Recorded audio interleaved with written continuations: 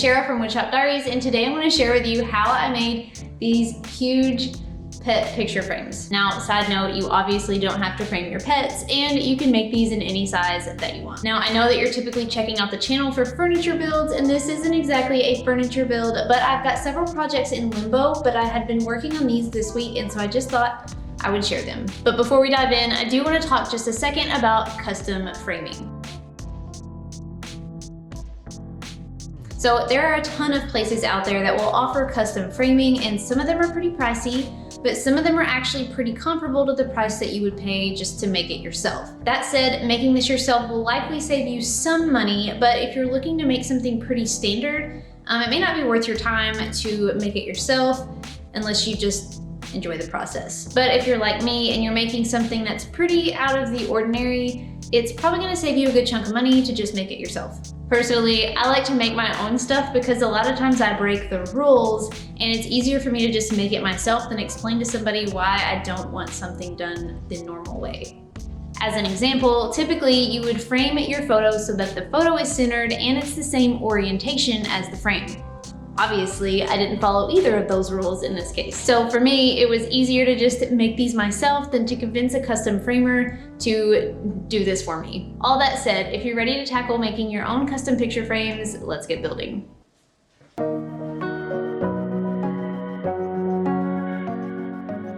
All right, so for supplies and materials, you'll need something to frame. I printed these off from Walgreens. I think they were like $8 or $9 a piece. So, and these are 16 by 20s, so not bad. I also picked up 3 sheets of 30 by 36 plexiglass. These are a little under 1/8 of an inch thick, which is like perfect for a picture frame. Now, FYI, the plexiglass for this project was the most expensive part. These were about $35 a sheet, and I realized after I bought them that I could have probably just picked up some really large poster frames from like Walmart or Amazon for about 20 bucks and just taken the plexiglass out of the frames. Those frames are typically pretty crappy, so you can just trash those, but the plexiglass is usable. So if you're looking to save a little bit of money in the process of building these, check out some poster frames. You might be able to work with the plexiglass there. And then I've got some white mat board. This is basically like really thick paper. I got this from Hobby Lobby. You could get this at like any craft or framing store. This comes in a 32 by 40 inch sheet. So I'm gonna have to cut these down, obviously, but you can cut this with like a utility knife or like an X-Acto knife. Now for the actual frame, I'm using 1x2s for the outside of the frame, and then like these really thin strips. These are like an inch wide by 3/4 inches thick, but you could purchase 3/4 inch dowels, which would be 3/4 by 3/4. These thinner strips will be the inside frame, and then the 1x2s, the wider strips, will be the outside frame. This is just one example. Basically, any size wood that you prefer for this would be fine. Before cutting anything, I went ahead and stained my pieces. You can stain or paint however you wish, and if you want, you can also just wait until these are assembled.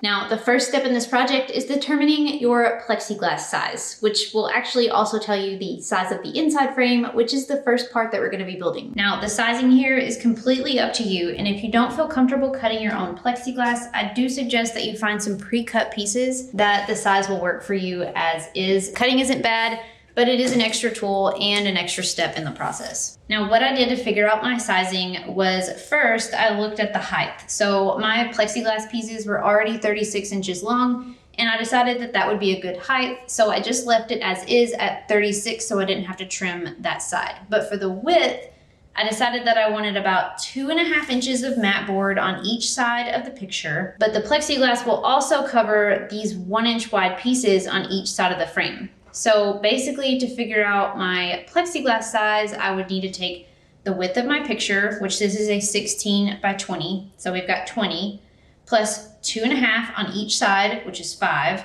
plus the 1 inch frame on each side, which is another 2. So 20 plus 5 plus 2 would be 27. So that means I need to cut my plexiglass panel 27 inches wide, and it was already 36, so I just left this dimension. But I also need to build my inside frame here to be slightly larger than the plexiglass. So if my plexiglass is 27 by 36, I made my inside frame 27 1/8 by 36 1/8. That will also be the size that will cut the mat and the cardboard, but we'll get to that point in a minute.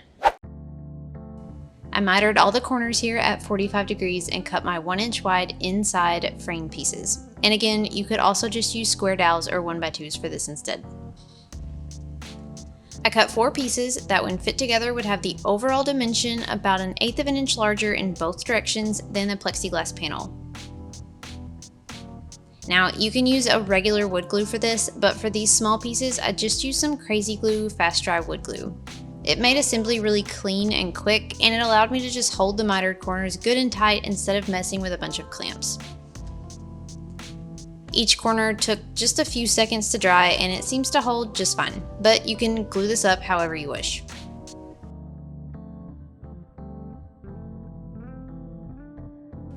Once the inside frame was together, I cut to fit 1x2s to go along the outside to kind of thicken it up a little visually. I used the same wood glue to attach these along the sides, and I used a scrap piece of 1/4-inch plywood to keep my spacing consistent so that the inside frame was inset from the back edge of the 1x2s about 1/4 of an inch. That will allow for kind of a quote-unquote lip on the back to place the glass panel and backer into.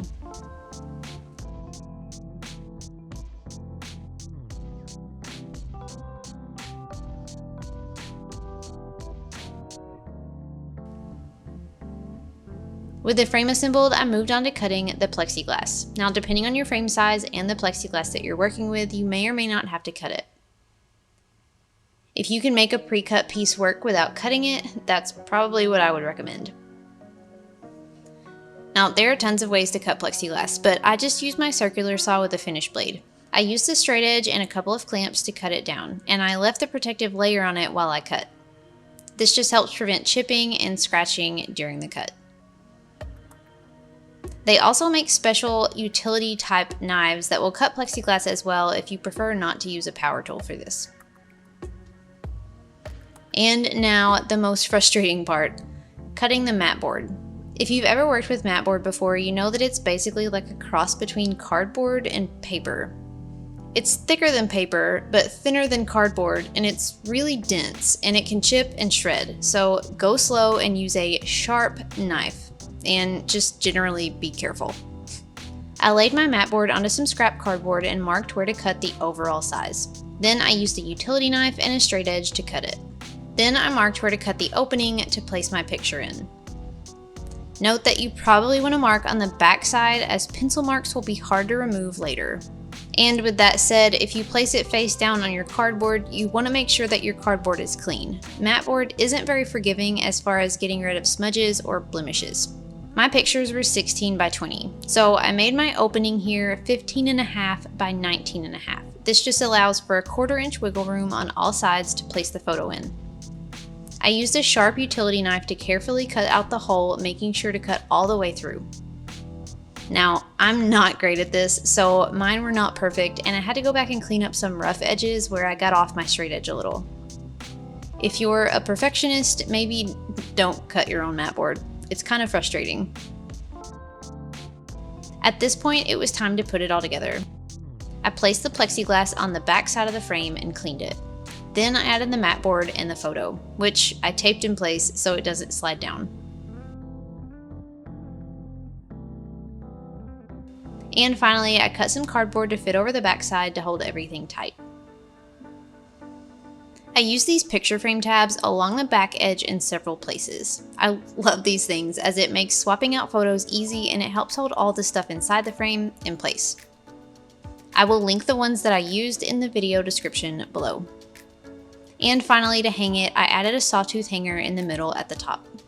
Just a helpful tip, the little nails that come with these sawtooth hangers are very tiny, and you will smash your fingers trying to hold them while you tap them in place. So I used a set of pliers here to hold my nail to get it started.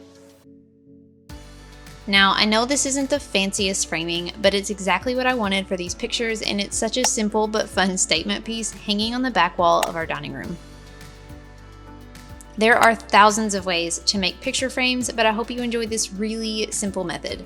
It's great for frames of any size and completely customizable to fit your needs and your style.